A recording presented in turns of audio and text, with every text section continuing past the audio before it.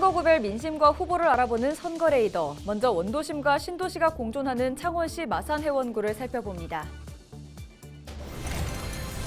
민족 고유의 명절인 설을 앞두고 전통시장 분위기를 살펴봤습니다. 치솟는 물가에 소비자 상인 모두 울상입니다. 양산시 의회가 상습 성추행 혐의를 받는 김태우 의원의 윤리특별위원회를 열 예정입니다. 본격적인 징계 절차가 시작됩니다.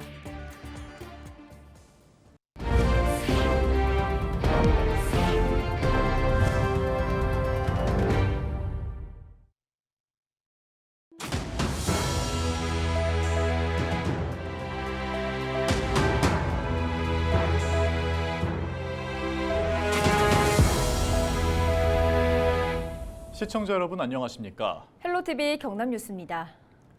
민족 고유의 명절인 설이 일주일 앞으로 다가왔습니다. 이맘때쯤이면 생선과 나물, 과일 등 제수용품 준비로 한창 바쁠 시기인데요. 하지만 가파른 물가 상승률을 보이면서 시장 상인들과 손님 모두 시름이 깊어지고 있습니다. 전주현 기자의 보도입니다. 창원의 대표 전통시장인 마산 어시장입니다.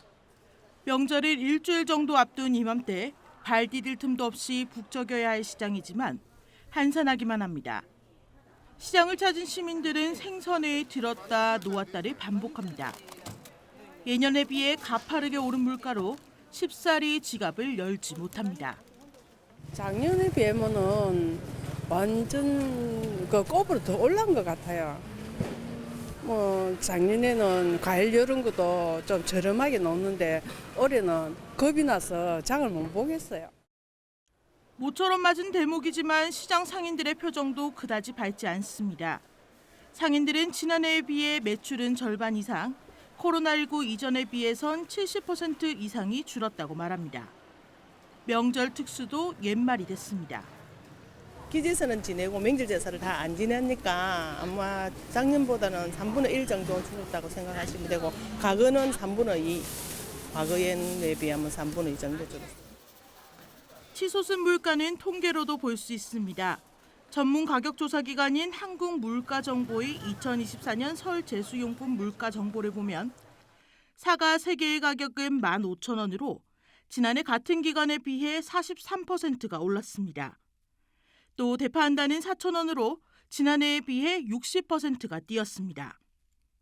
지난해 많은 강수량과 병충해로 생산량이 줄면서 그 영향이 소비자들의 부담으로 이어진 것입니다. 천정부지로 치솟는 물가. 명절 대목을 앞두고도 상인들과 소비자 모두 시름이 깊어지고 있습니다. 헬로티비 뉴스 전주현입니다.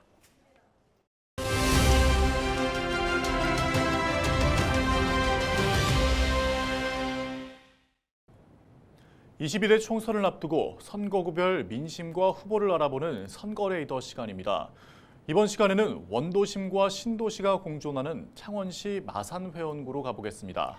전통적인 보수 강세 지역으로 알려졌지만 최근 신도시를 중심으로 젊은 세대의 유입이 늘면서 표심 변화가 주목됩니다. 표영민 기자의 보도입니다. 창원 서북부 지역인 마산해원구, 마산역과 자유무역 지역 등이 있는 옛 마산의 경제교통 중심지입니다. 또 주택 중심의 원도심과 신도시가 공존하는 곳입니다. 정치적으로는 보수 성향이 강한 지역으로 최근 열린 5번의 총선에서 모두 보수 정당 후보가 당선됐습니다. 하지만 최근에는 신도시의 젊은 유권자들이 들어오면서 보수세가 옅어지는 분위기입니다. 특히 아파트가 밀집한 내서읍과 양덕이동은 30, 40대 유권자 비율이 약 37%로 높습니다. 실제 4년 전 총선에서 더불어민주당 하기남 후보는 내서읍 45.9%, 양덕이동 41.9%를 득표해 다른 지역에 비해 비교적 높은 득표율을 얻었습니다. 이번 22대 총선에는 2일 기준 4명의 예비후보가 등록을 마쳤는데 더불어민주당 1명, 국민의힘이 3명입니다. 더불어민주당은 송순호 전 경남도의원, 국민의힘은 차주목 경남도당 사무처장과 조감년 전 창원시 의원, 조청래 여의도연구원 부원장이 도전장을 던졌습니다. 현역인 윤한홍 의원은 출마 시기를 저울질하고 있는 것으로 알려졌습니다. 쇠퇴하는 원도심과 달리 신도시 확장으로 정치 지형의 변화가 예고된 마산 해원구. 총선 2달여를 앞두고 보수 강세가 이어질지 아니면 진보의 약진이 시작될지에 관심이 쏠리고 있습니다. 헬로티비 뉴스 표영민입니다. 양산시의회가 성추행 의혹이 제기된 김태우 시의원에 대한 공식적인 징계 절차에 들어갑니다. 양산시의회 윤리특별위원회는 오는 5일 1차 회의를 열 예정입니다. 윤리특위는 위원장을 포함해 더불어민주당 2명, 국민의힘 3명으로 구성되어 있습니다.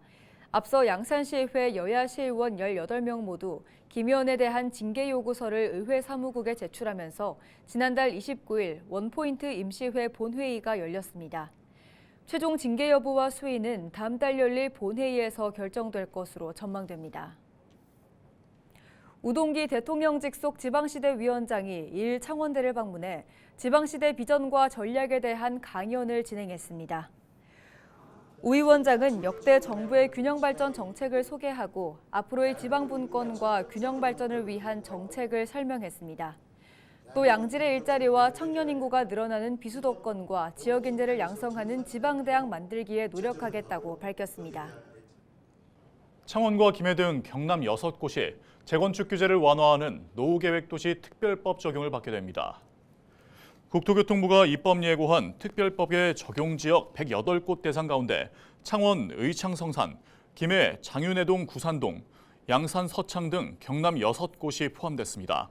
특별법 적용 지역은 용적률을 법정 상한의 150%까지 높일 수 있고 일정 비율 이상 공공기여를 하면 안전진단이 면제됩니다. 헬로티비 뉴스에서는 저출산 속에 무너지는 지역 의료 실태를 집중 조명하고 있습니다. 출생아가 줄면서 대도시 부산에서조차 산부인과 분만실이 문을 닫고 소아과 오플런에 소아과 전공의도 구하기 힘든 상황인데요. 의료 공백을 메울 대책은 없을까요? 보도에 안수민 기자입니다. 의료 현장에서는 수가 현실화를 강조합니다. 분만 수가의 경우 지난해 정부가 개선을 진행하면서 인상이 이루어졌지만 특광 역시는 추가 보조금 혜택이 적습니다. 소아과의 경우 통상 병원이 아이 1명을 진료하고 받는 수가가 15,000원 상당. 하지만 의사회 측은 이 비용으로 인건비를 감당하고 병원을 운영하는 것은 불가능하다는 주장입니다. 병원을 운영할 수 있을 정도의 대가를 줘야지 내는 거죠. 미국 진찰료가 27만 원, 호주가 29만 원이더라고요. 일본이 1인당 GDP가 우리나라랑 같아졌는데 얼마 정도냐면 7만 원이에요. 이게 병원을 운영할 수가 없는 거예요, 도대체가. 그리고 최저임금도 엄청나게 올랐잖아요. 법적 분쟁에 대한 부담 완화의 필요성도 제기됩니다. 몇 년 전에 우리나라에서 신생아 집단 사망 사건이 있었는데 아이들을 진료를 했던 교수를 법정 구속을 하고 대법원까지 벌써 5년 넘게 시달리고 그래서 결국에는 최종 무죄로 나온. 그러니까 이제 그 메시지가 굉장히 전공을 결정하는 인턴 선생님들하고 의과대 학생들한테 큰 영향을 미친 거죠. 아무리 애들을 예뻐해서 소아과 의사가 되고 싶어도 내가 감옥에 가는 그 위험까지 감수하면서 하고 싶지는 않다. 민간 의료 체계에 의존하는 우리나라 의료 시스템상 돈이 되지 않는 영역의 의료 공급은 줄어들 수밖에 없는 상황. 필수 의료에 있어서는 공공의 역할을 강화해야 한다는 지적도 나옵니다. 시장적 상황에 지금 현재 의료 공급 체계를 적어도 이제 산부인과라든지 소아과만은 국가가 책임을 지고 공급해주는 제도로 나아가지 않으면은 안 된다. 이게 너무 심각하죠. 특히 이제 부산 같은 사회는 전국의 그 7대 특광역시뿐만 아니라 도까지 포함해서 전국에서 이제 출산율도 안 좋지만 고령화가 빨리 진행이 됩니다. 이런 사회일수록 실제로 기본적인 복지와 돌봄, 보건의료에 대한 공공적 책임 제도, 특히 동네복지 기준선을 마련해야 된다. 필수 의료에 있어서는 공공에 편입을 시켜서 행정이 전담을 하고 이것이 정상화될 때까지 여러 가지 지원을 통해서 정상화시키는 방향이 필요하고요. 특히 수도권에 비해 지역의 의료 공백이 더욱 큰 상황에서 지역 의사제 등의 도입이 시급하다는 주장도 있습니다.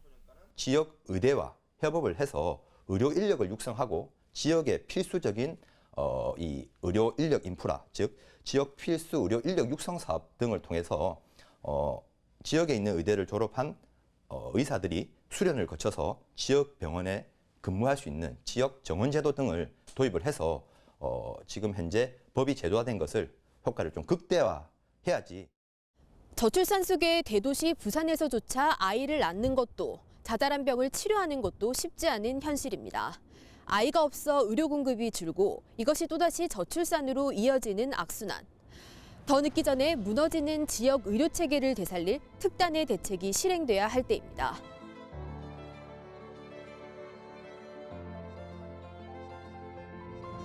헬로티비 뉴스 안수민입니다.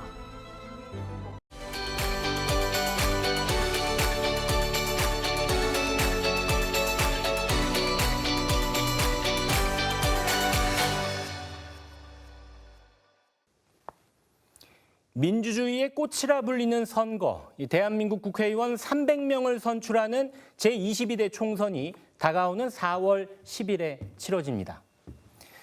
오늘은 우리 선거의 역사와 함께 우리 국민, 유권자들이 그동안 얼마나 투표에 참여했는지 자세히 알아보는 시간 가져보도록 하겠습니다.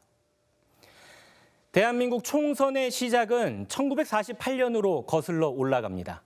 해방 후 처음 치러진 재헌 국회의원 선거였습니다.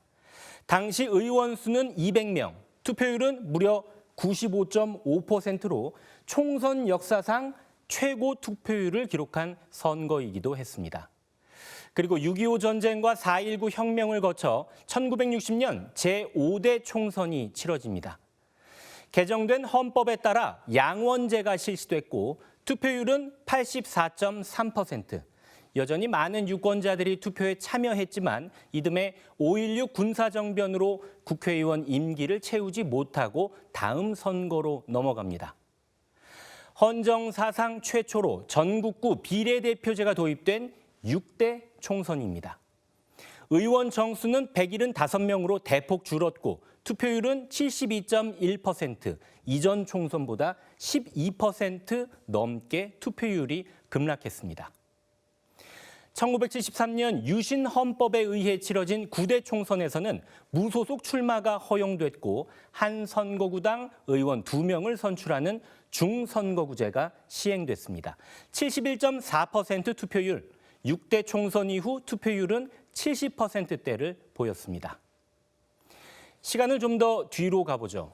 1988년 서울올림픽이 열린 해 치러진 제13대 총선. 제도적 민주주의가 정착된 이후 최초로 치러진 총선입니다. 의원 정수는 299명으로 한 선거구에 1명을 뽑는 소선거구제로 전환됐습니다. 투표율은 75.8%를 보였네요. 자, 이제 2000년으로 가보겠습니다. 16대 총선, 20세기의 마지막 총선이었습니다. 투표율이 많이 떨어졌습니다. 57.2%. 정치적 무관심에 대한 우려가 나타나기 시작했죠. 이때부터 후보자의 전과 기록이 공개됐고 부재자 투표 안내문이 발송됐습니다. 2008년 18대 총선에서는 투표율이 46.1%까지 곤두박질 치면서 역대 총선 최저 투표율을 보였습니다. 19대에 들어서는 국회의원 300인 시대가 개막했고 총선에서 첫 사전투표가 도입된 20대 선거를 거쳐 21대 총선에서는 만 18세 이상 국민에게 선거권이 주어집니다.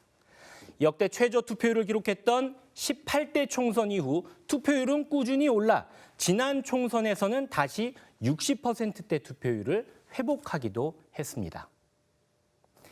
77년을 이어온 대한민국 선거사는 대의 민주주의가 자리 잡는 역사적인 과정이었습니다.